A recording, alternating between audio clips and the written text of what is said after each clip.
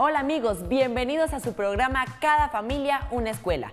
Hoy nos encontramos en el tercer momento pedagógico del año escolar 2021-2022. Mi nombre es César Alviares y junto a mi amiga Minangelis estaremos acompañándolos. Hola César, un saludo para ti y para toda la familia de nuestro hermoso país. Estoy agradecida de poder formar parte de este gran proyecto educativo, que en estos tiempos de pandemia garantiza el derecho a la educación. Así es, Minangeli, pero antes de comenzar, quisiera recordarles que seguimos en la batalla contra la COVID-19. Por eso debemos implementar las medidas de bioseguridad. Pero, ¿cuáles podemos utilizar, Minangeli? Bueno, César, las medidas de bioseguridad son el uso correcto del tapabocas, el lavado frecuente de las manos con agua y jabón y mantener el distanciamiento físico saludable. También es importante que nos sigan por nuestras redes sociales en Instagram como @cadafamiliaunaescuela y en nuestro canal de YouTube como Cada Familia Una Escuela Oficial. Así es, familia, ya saben, no se pueden apartar de nuestras pantallas porque tenemos una gran variedad de contenido para los niños y niñas de la patria.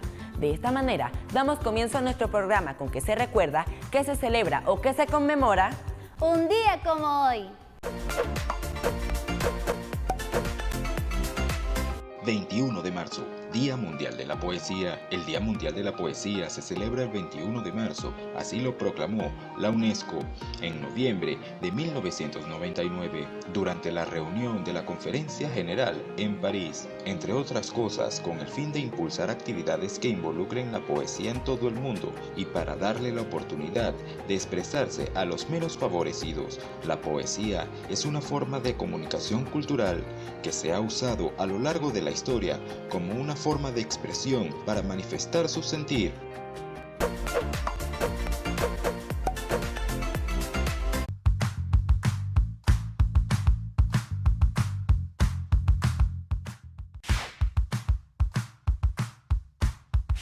Hola, buenas tardes. Bienvenidos a Cada Familia Una Escuela. Su servidora, la profesora Joana Trejo, el día de hoy en Jueves Socioproductivo vamos a hablar de diferentes temas, pero aquí voy a tener un apoyo, que es mi estudiante que viene de la Unidad Educativa Rafael Seija de la Parroquia Caricuao. Buenas tardes, mi nombre es Antoniela Hidalgo.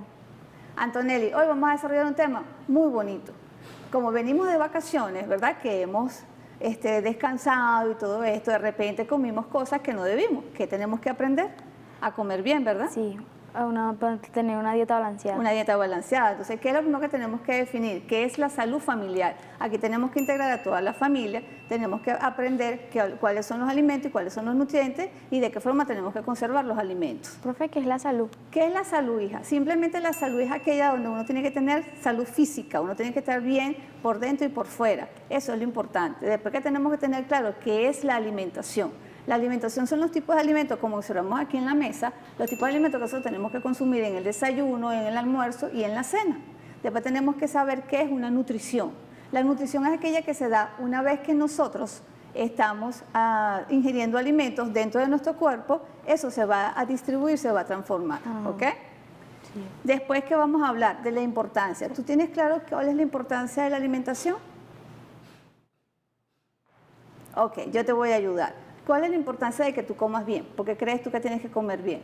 Para tener una buena salud. Una buena salud, ¿verdad? Con todo eso nosotros lo que es la alimentación, ¿cómo sabemos que es buena? Tiene que estar bien equilibrada, tiene que tener una adecuación, tiene que tener suficientes alimentos, vitaminas y todo eso es lo que nos va a ayudar a hacer un balance energético. Ajá. La balanza tiene que tener suficientes alimentos, más adelante lo vamos a ver, y vamos a tener un equilibrio con los nutrientes. Entonces, fíjate, ¿qué es lo que vamos a hacer?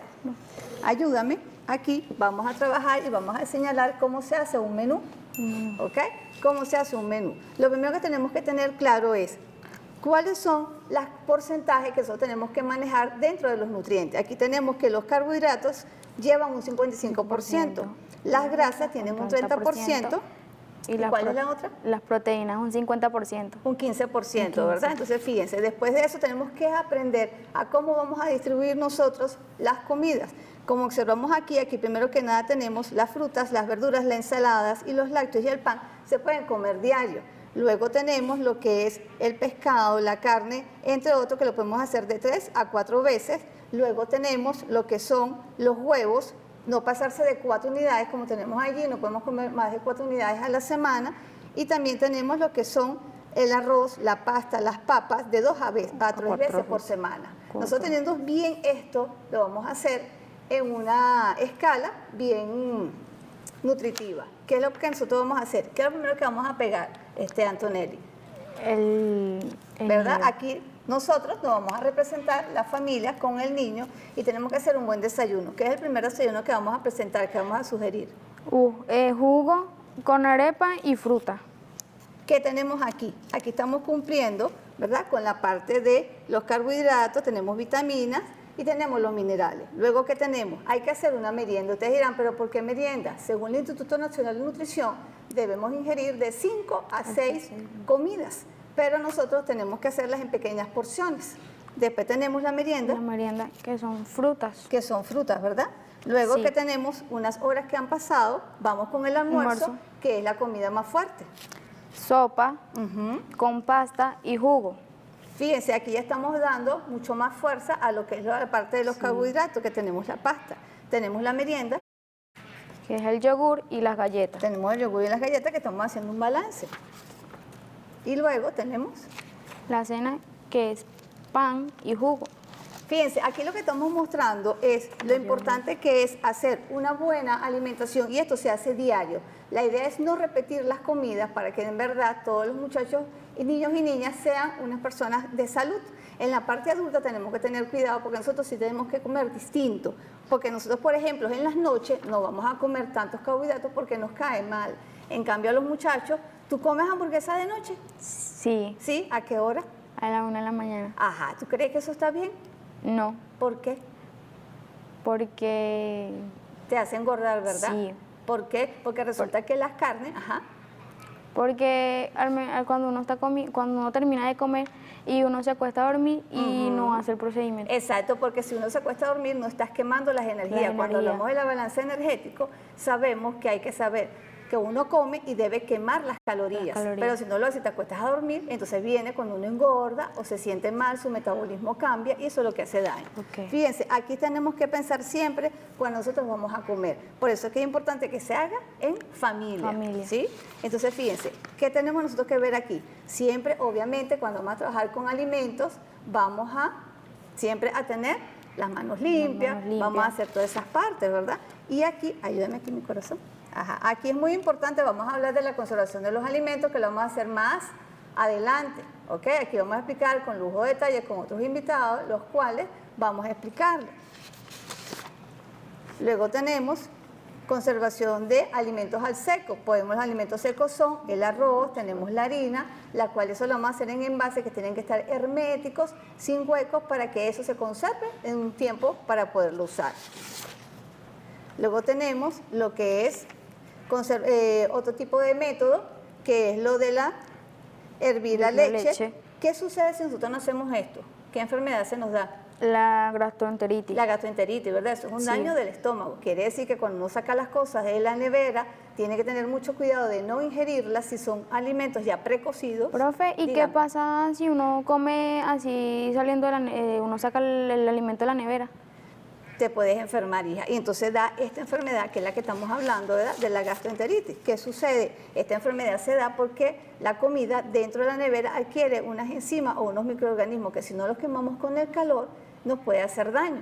Distinto al pan, distinto a los dulces, que si se guardan en la nevera no hay ningún problema, porque eso sí lo podemos ingerir. Pero entonces ahí tenemos que tener cuidado. Siempre hay que hacer una cocción, calentar la comida. ¿Está bien? Entonces es muy importante. Familia sana, pueblo sano, pueblo grande, ¿verdad? Porque esto es importante para nosotros. A ver, Antonelli, ¿qué es para ti el trompo alimenticio? Bueno, el trompo alimenticio está dividido en 5 franjas.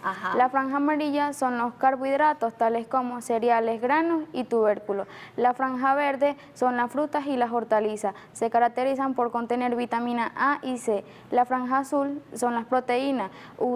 Incluyen todos los derivados de la leche de vaca, como el yogur y el queso. La franja gris son los azúcares, comprendidos por alimentos dulces como el azúcar, la miel, la panela y la leche de almendra. La franja anaranjada son las grasas. Se entienden por las grasas Por las grasas Malas y buenas, ¿verdad? malas y buenas, Entonces, fíjese. como el aceite, la mantequilla, la mayonesa y el aguacate. Exacto, fíjate que esos son aceites naturales. Entonces, ahí es donde tenemos que aprender a conocer lo que son los diferentes tipos de nutrientes, que son 3. ¿Te acordarás cuáles son? El primero son los energéticos, que son de carbohidratos. Lo segundo que tenemos los plásticos, que son las proteínas, ¿sí? Y los terceros, que son los reguladores. Ahora nosotros vamos a ver un video sobre los nutrientes. La alimentación balanceada. Te alimentas sanamente. ¿Por qué es importante cuidar nuestra alimentación? ¿Qué es la salud? Es la condición de todo ser vivo que goza de un absoluto bienestar tanto a nivel físico como a nivel mental y social. Una alimentación puede ser apropiada ya que produce nutrición, e inapropiada porque produce alteraciones físicas. Nutrientes que no deben faltar en una dieta saludable. Energéticos, proporcionan la energía necesaria para las funciones vitales, son los carbohidratos, hidratos, lípidos. Constituyen la fuente de energía más importante.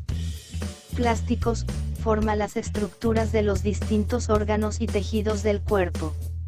Son proteínas o aminoácidos que están unidos por 4 elementos: carbono, hidrógeno, oxígeno y nitrógeno. Funciones: regulan organismo, transportan defensas como carnes, pescados, huevos. Regulan los procesos metabólicos y funcionales del organismo. Son vitaminas y minerales. Una buena alimentación proporciona hábitos saludables, buena hidratación, reposo, salud física. El consumo de agua es sumamente importante, ya que permite hidratar la piel.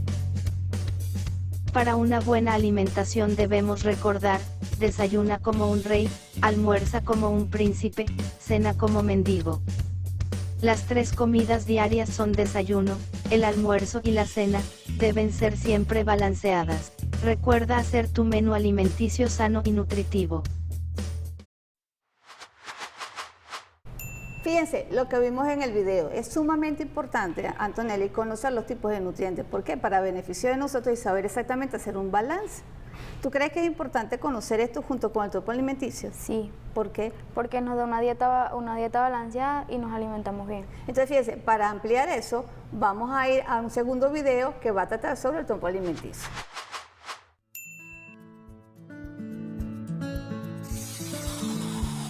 El trompo de los alimentos. El trompo de los alimentos. El trompo de los alimentos es una manera de clasificar los grupos básicos de alimentos.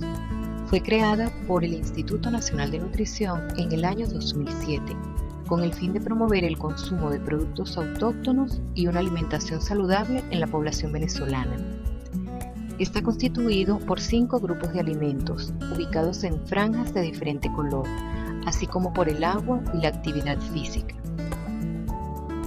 En la franja amarilla se encuentran los granos, los cereales, los tubérculos y los plátanos. Entre los alimentos pertenecientes a este grupo están las caraotas, el arroz, las papas, la yuca y los plátanos. En la franja verde se encuentran las frutas y las hortalizas. El mango, la piña, la lechuga, la cebolla, el ají dulce, entre otros, pertenecen a esta franja. En la franja azul se encuentran la leche, las carnes y los huevos.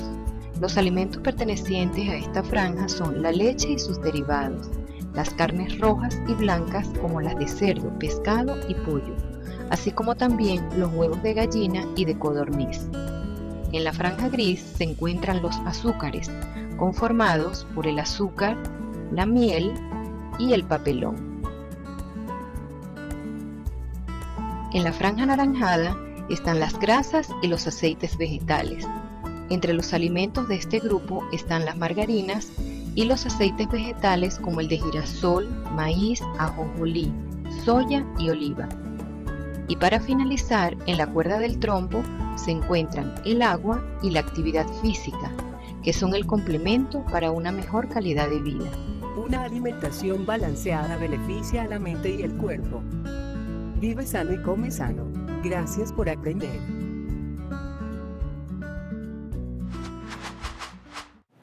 fíjense lo que vimos en el video. Qué importante es conocer cada una de las partes o las franjas del trompo alimenticio. Ahí vemos que hay que tener un balance y un equilibrio. Fíjense, aquí tengo yo unos invitados que vienen de la ETI Julio Calcaño. Mi nombre es Oriana Sánchez, estoy en cuarto año de Química. Y yo soy Ángel Pérez de quinto A de Química.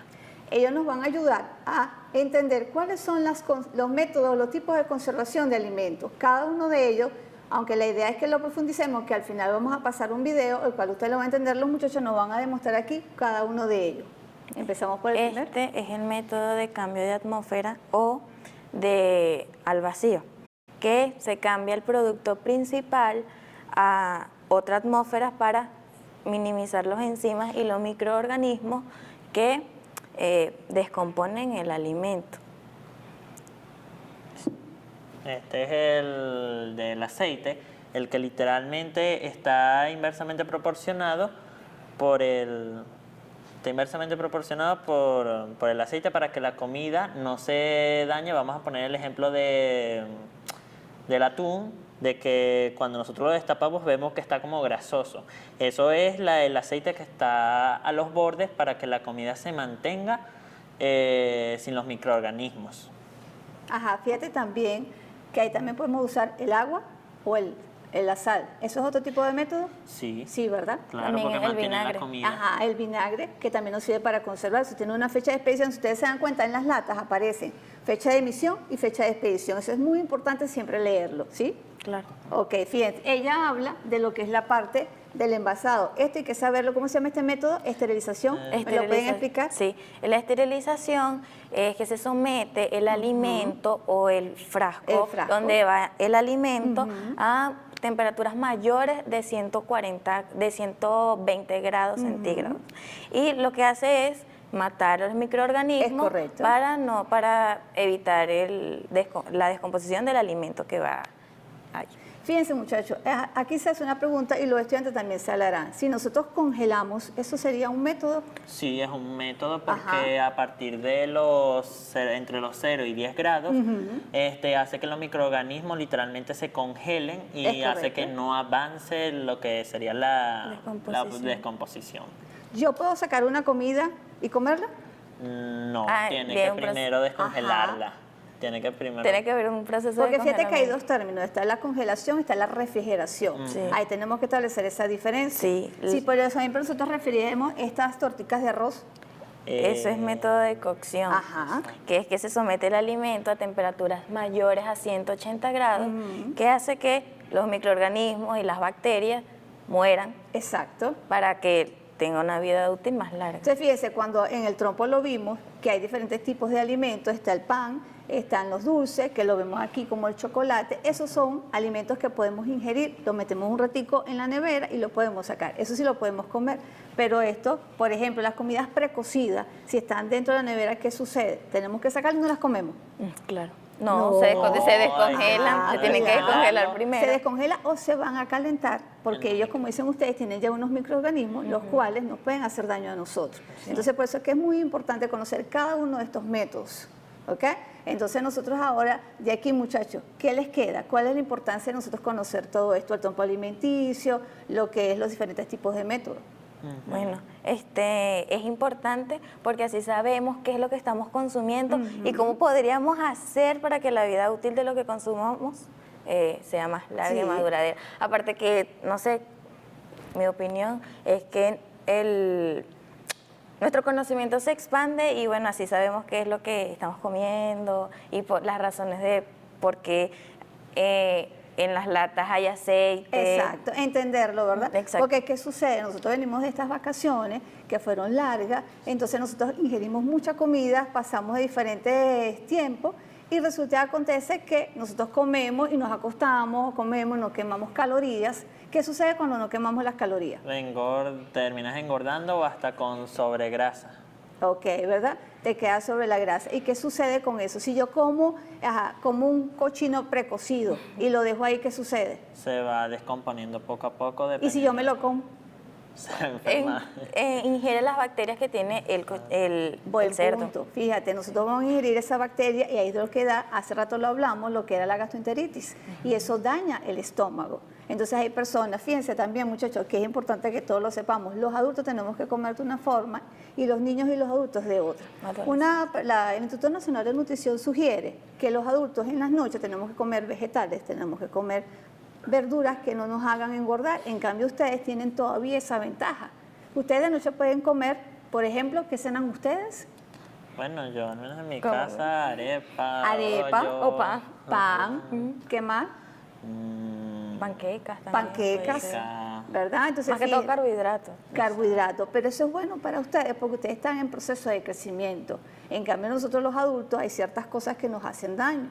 Entonces, ¿qué sucede? A veces nosotros que todo el mundo come lo mismo y no es por ser distinto, simplemente que a veces nuestro organismo no es igual. Exacto. ¿Qué tipo de alimento ustedes no pueden comer porque te hace daño?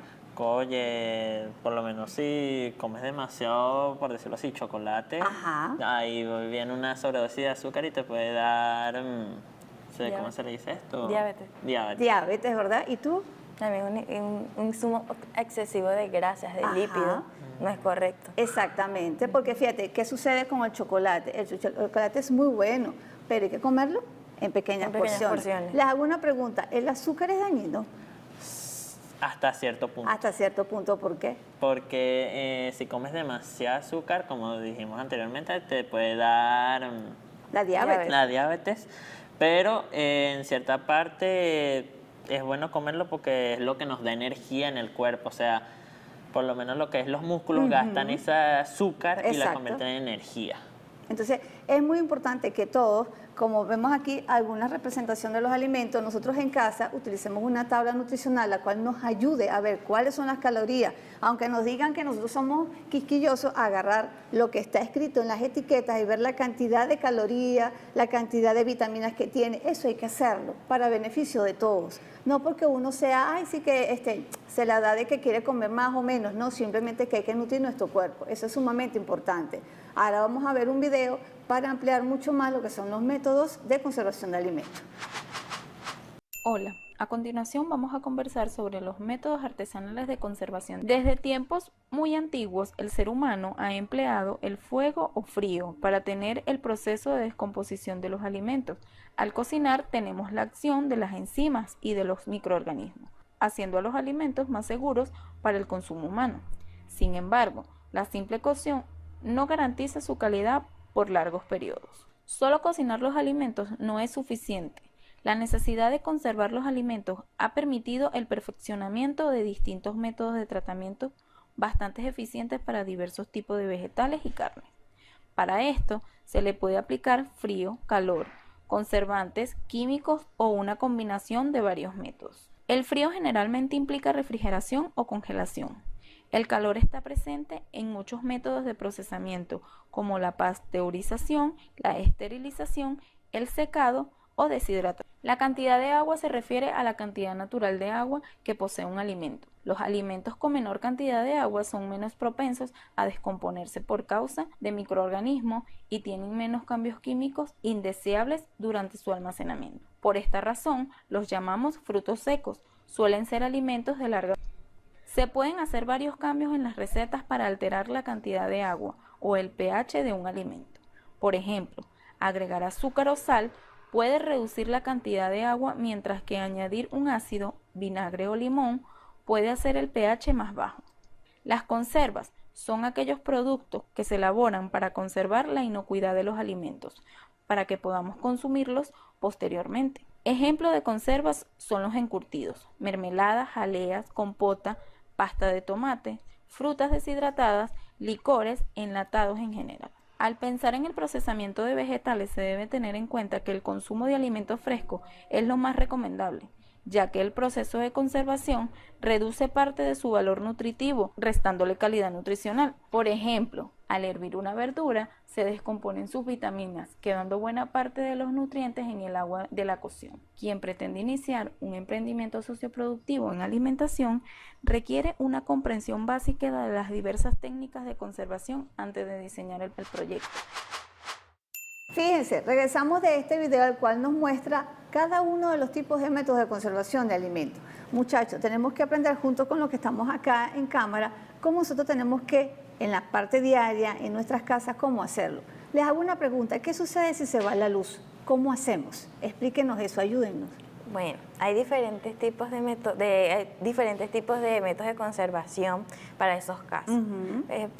Se puede usar fácil para algo rápido, una cava con hielo. Pero no tenemos si hielo, no hay se fue la hielo, luz. si no hay hielo, se puede usar el método de salazón, que eso se utiliza para las proteínas, que es que se cubre la proteína, el pescado, la carne, pues, con muchísima sal. Eso hace que, bueno. Exacto.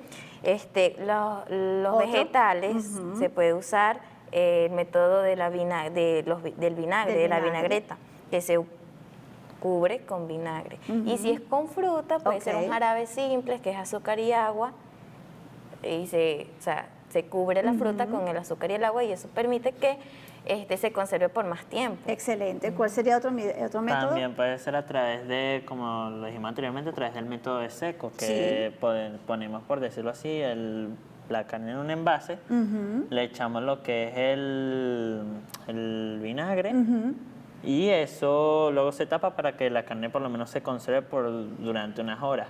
Ahora, si ya es hora de comer, lo que hacemos es el método de cocción, que es a partir de 180 grados en adelante que se podría cocinar, y bueno, ahí sí se podría consumir porque los microorganismos estarían muertos. Fíjense, muchachos, ¿qué sucede? Hay alimentos que nosotros los cortamos y se ponen negros. ¿Por qué pasará eso? Por la oxidación. Por la oxidación, sí, ¿verdad? Porque entran en contacto con el oxígeno, y el oxígeno lo que hace es oxidar el alimento. Vamos a nombrarlo. ¿Cuáles serían? El cambur, la papa, las manzanas. Y por eso es que el método de conservación de cambio de atmósfera ayuda bastante, porque se cambia el oxígeno, es correcto, ¿verdad? Que es natural, por una atmósfera controlada, que es donde haya nitrógeno, que lo que hace es mantener que la fruta, la carne, lo que se tenga que oxidar, no lo haga, no se oxide. Ajá, fíjense, ¿qué sucede? ¿Tienes otro método? No. No, ok, chévere. ¿Qué sucede en la calle cuando nosotros vemos que vamos a una charcutería y está el pescado seco? ¿Qué tiene el pescado seco arriba? Hielo, seco. Tiene hielo o tiene sal. Si quiere decir que eso nosotros lo podemos consumir. ¿Sí o no? Sí, ¿verdad? Con cocido. Con cocido. Tenemos que cocinarlo cocción. muy bien, hay que lavarlo, después que lo lavamos lo vamos a poner en un tiempo de ebullición, ¿cierto? Y entonces allí nosotros vamos a cocinarlo bien. Por eso es que es importante conocer, que nuestros estudiantes sepan que es importante conocer esto, y la familia aprendamos a cómo nosotros poder comer, ¿sí? Entonces ahora vamos a ver el cuarto video.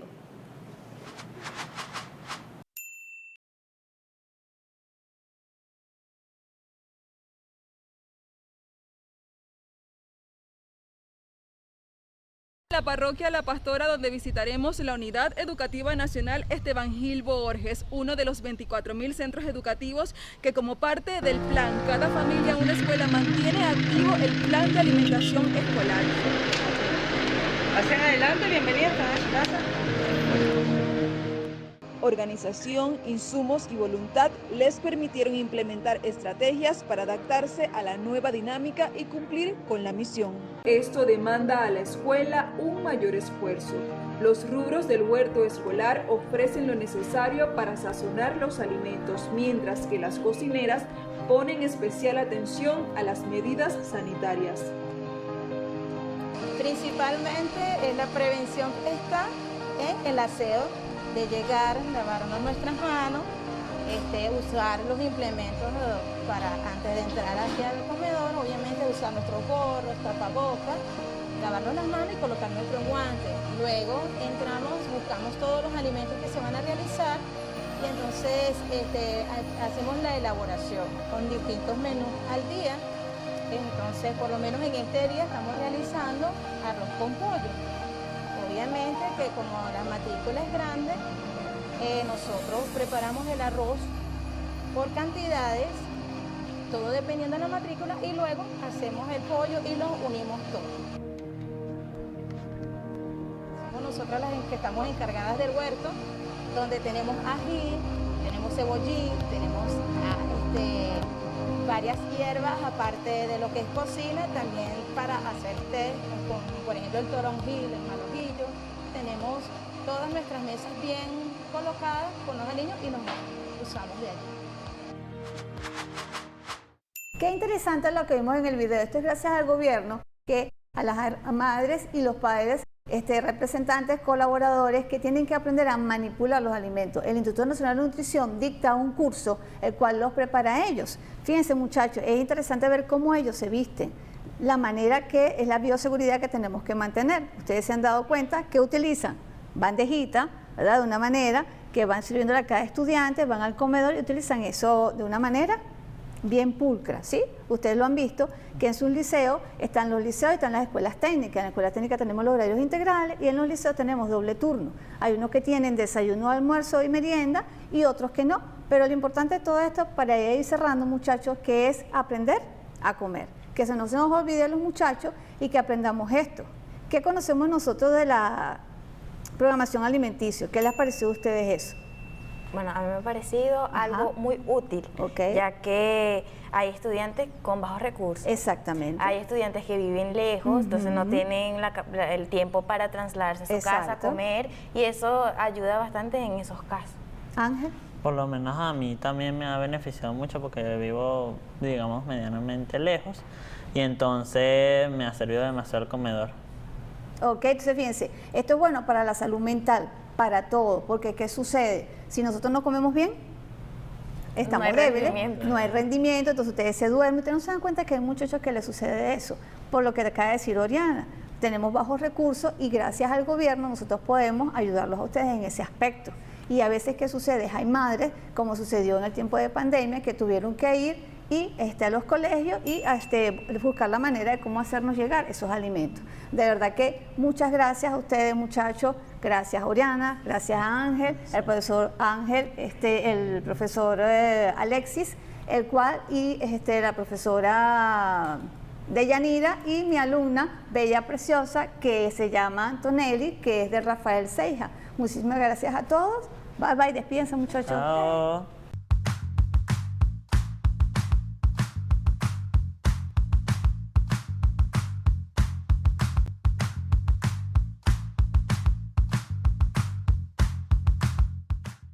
Hola, muy buenas tardes. Sean bienvenidos nuevamente a su segmento de educación especial en el programa Cada Familia una Escuela. Soy la profesora Evelyn Álvarez y es un placer llegar a ustedes con la intención de llevar a sus hogares adaptaciones curriculares, recomendaciones y orientaciones que permitan garantizar la atención educativa integral de la población con necesidades educativas especiales y o con discapacidad que se encuentre integrada en el nivel de educación media, así como para los participantes que asisten a los talleres de educación laboral a nivel nacional. Hoy es jueves de pedagogía productiva y los docentes del nivel de educación media nos hablaban acerca de esa vinculación sociolaboral. Entonces, en tal sentido, quiero hablarles acerca de los procesos de integración sociolaboral que se llevan desde los talleres de educación laboral. Es importante entonces que necesitamos comprender que no solo se trata de conseguirle un puesto en una empresa o conseguirle un lugar de trabajo a un participante del taller de educación laboral, se trata de conseguir su permanencia en ese puesto de trabajo y que se desarrolle a partir de allí. Por eso hablamos no solo de integración laboral, sino de integración sociolaboral, que él pueda desarrollarse a partir de esa integración laboral. Hay una serie de pasos o de procesos que se llevan a cabo antes, durante y después de lo que es esa integración laboral o de lo que es ese conseguir ese puesto de empleo para uno de los participantes de los talleres. Vamos a ver eso con más detalle en las siguientes láminas. Nuestra primera lámina habla acerca de los pasos que hay que dar antes de los procesos de integración. Lo primero sería identificar a los candidatos. Una vez que ya se conoce a los participantes dentro de los talleres de educación laboral, resulta posible identificar a aquellos que tienen potencialidades y que tienen ciertas habilidades y destrezas para ser integrados, habilidades y destrezas de tipo vocacional, social y emocional, porque no solo se trata de aquellas que le permiten realizar la tarea, sino recordemos que estamos hablando de conseguir la permanencia. Entonces es importante tener en cuenta las vocacionales, pero también las emocionales y las sociales. Entonces, una vez que tenemos eso, entonces podemos pensar que un participante es candidato para una integración laboral. Eso debe reflejarse en su plan educativo individualizado y a partir de allí continuar desarrollando esas habilidades y esas potencialidades que hemos identificado. Luego está lo que serían las pasantías. Pueden realizarse tanto dentro del taller de educación laboral como fuera en algún ente cercano con el cual podamos hacerlo. Lo importante es que simulen de la manera más exacta posible una experiencia laboral formal. Tenemos lo que es la ubicación del puesto de trabajo. Debe seleccionarse teniendo en cuenta principalmente las potencialidades, las habilidades, destrezas e intereses del participante. Algunos talleres de educación laboral han establecido articulaciones intersectoriales, que son aquellas alianzas con empresas o con entes tanto públicos como privados que con frecuencia hacen el proceso de integración laboral de estos participantes que egresan de los talleres de educación laboral con esta proyección, porque recordemos que también puede haber un egreso bajo la proyección sociofamiliar y comunitaria. Entonces, una vez que tenemos esto, debemos buscar aquellos participantes que se adapten a ese puesto de trabajo que se nos está ofreciendo.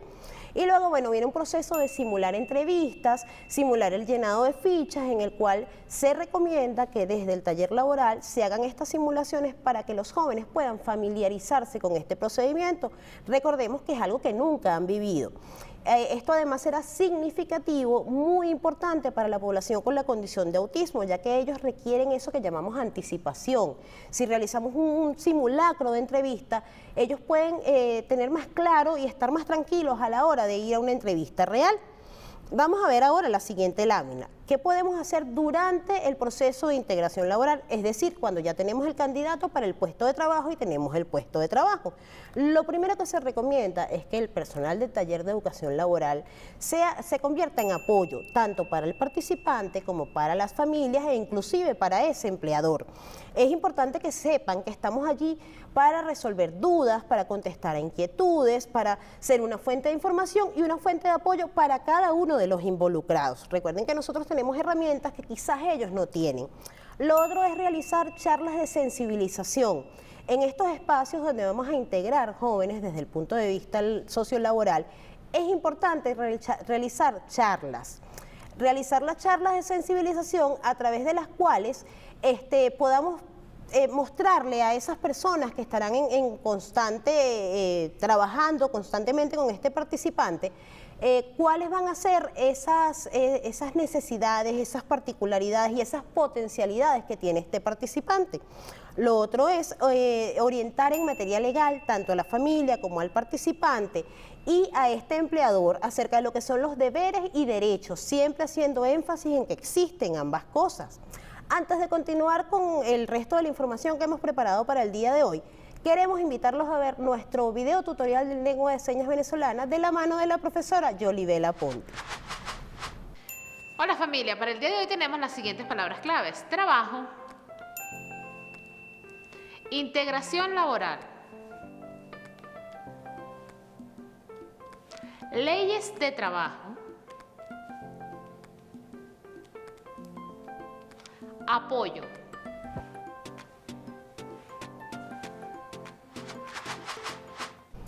Muchísimas gracias a la profesora Yolibel por traernos esas palabras claves en lengua de señas venezolana cada día. Recuerden practicar ustedes en familia.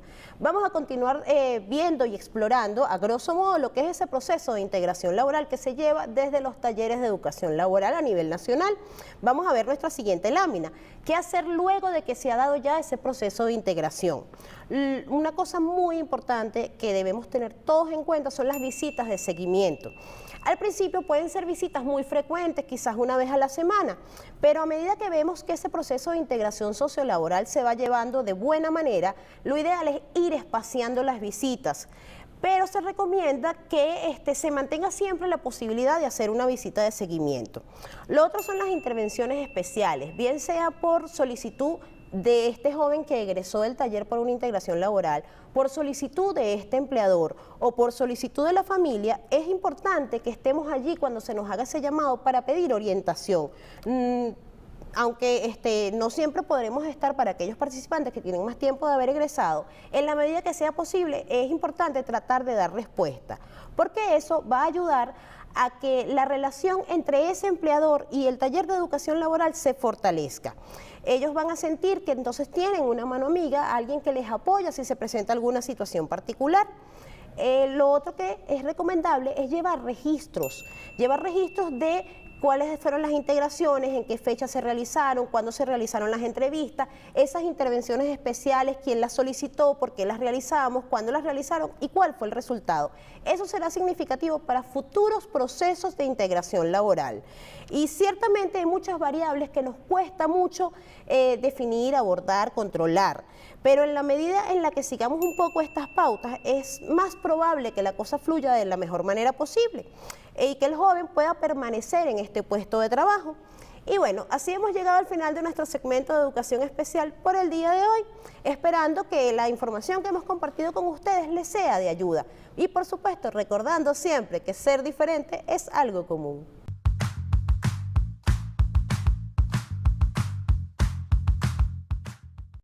Hola muchachos, ¿qué tal? Cuaxuja, un placer, como siempre los jueves, recibirlos aquí en su programa Cada Familia Una Escuela, en su sección de recursos para el aprendizaje. Y bueno, dándole continuidad al tema generador que nuestro profesor Orlando nos compartió sobre eso de la labor social, el servicio comunitario, las actividades sociocomunitarias, vamos entonces a desarrollar o vamos a comprender un poco entonces qué recursos necesitamos para eso, ¿no? Y cuando estaba conversando con el equipo de trabajo para la organización de las clases, pensábamos en un refrán, ¿no? De cómo empezar esto con una frase, con un cuento. Y recordamos la frase de nuestro libertador Simón Bolívar, que ser útil a la patria, ¿no? Servir es ser útil a la patria. Y recordábamos un poco también que por eso es que el título de bachiller o de técnico medio que se les va a entregar dentro de poco tiempo, dice la República Bolivariana de Venezuela otorga a, en este caso, por ejemplo, a Reinaldo o a José Gregorio, que siempre me acompaña, el título de profesor. Es decir, la República de Venezuela, la patria, te nombra a ti técnico medio en electricidad, en electrónica, en asistente de laboratorio, ¿no? Y en el caso de nuestros compañeritos bachilleres, lo mismo, ¿no? Pero en este caso, lo que queremos de alguna manera es ver qué tanto podemos o no hacer con nuestro título a la sociedad. Porque recordemos que esto, la intención es que podamos servir a la patria, ser útiles a la patria. Y nuestro título es para eso, muchachos. Queremos hacer dinero, es verdad. Queremos tener una carrera, queremos tener un proyecto de vida, pero también tenemos que entender que es para servir a la patria. Y por eso es que las actividades sociocomunitarias, sociolaborales, tienen que ver con esa vinculación, con esa relación, es decir, el conocimiento que estoy adquiriendo, para qué me va a ser útil y para qué me va a ser útil en la sociedad. Entonces, hoy como recurso, lo que les traje es algo muy sencillo, pero que lo pueden elaborar no solo en su casa, sino con su comunidad, con sus organizaciones estudiantiles como la OVE, con el consejo educativo. Es decir, la idea es organizarnos, muchachos, y de alguna manera, en esa organización que podemos hacer, tanto comunitaria como educativa, podamos brindar soluciones a nuestra problemática comunitaria, lugarizada, territorializada, ¿sí? En este caso yo lo que tengo es un mapa de mi comunidad que lo elaboré, bueno, con hojas de provecho, hojas recicladas y cartón.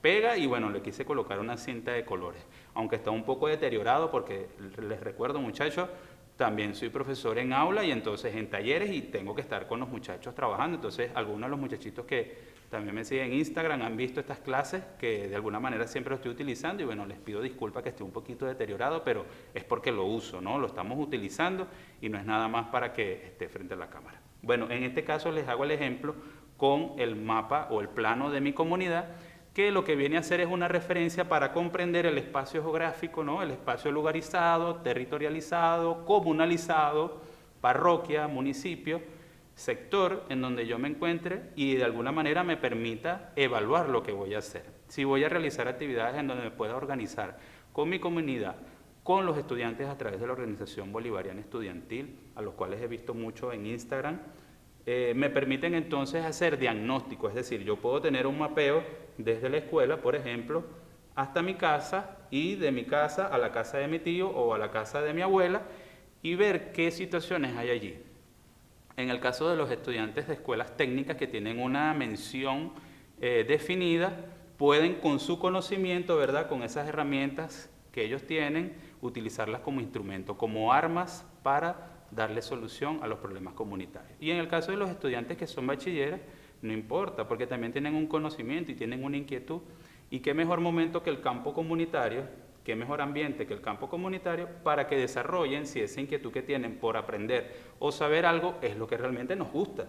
Entonces no se dejen achicopalar por eso, muchachos, no se dejen trolear ni se dejen salsear por eso. Ustedes tienen que de alguna manera saber que con ese miedo que sienten por algunas veces hacer las cosas, tienen que salir adelante, y yo sé que lo han hecho mucho y se nota mucho en sus estudios, en su constancia y dentro de poco en sus títulos de grado. Entonces fíjense, con este cartón y estas hojas que pegué, lo que busqué de alguna manera era que se visualizara para yo poder diagnosticar lo que voy a realizar.